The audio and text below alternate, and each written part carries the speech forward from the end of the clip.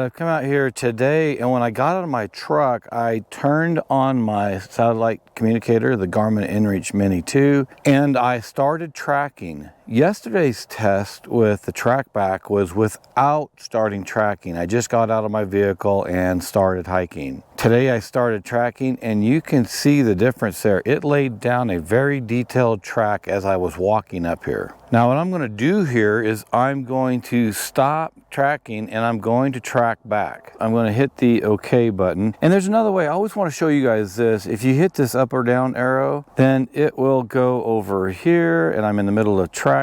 I just want to show you there's some things you can do on that side. So we're going to get back out of this and we're going to hit the menu button. And let's go down here. See, it says stop tracking because I have tracked. When I hit stop tracking, it says save discard. So in this situation here, I'm going to hit save. Now it's saving it. Now I want to track back. So how do I track back? So I had stopped tracking, and now if I go to navigation and I click on it, it says waypoints and track back. So I'm going to hit track back. So it shows me the time frame from 7 a.m. to 8 a.m. this morning. I'm going to select that. And then here it says today, 7:20, 13 or 14 feet away. That's not what I want. I want to go down to the first one today, which is 0.34 miles away. All right, so I'm going to select this point right now. It says follow path or straight line. Well, I don't want a straight line. I want to follow the path. Loading course. Start tracking. Well, sure, I always like to track, so I am going to say yes in this case. I'm going to track back. Okay, it's a little hard to tell here, but if you hit this OK button, these three dots at the top, it'll zoom out. Now, I came in on a pretty straight line, but this is not a straight line navigation, but I want to pan out for a little bit. So I'm going to hit this plus and negative here. So I want to zoom out to show you how I came in.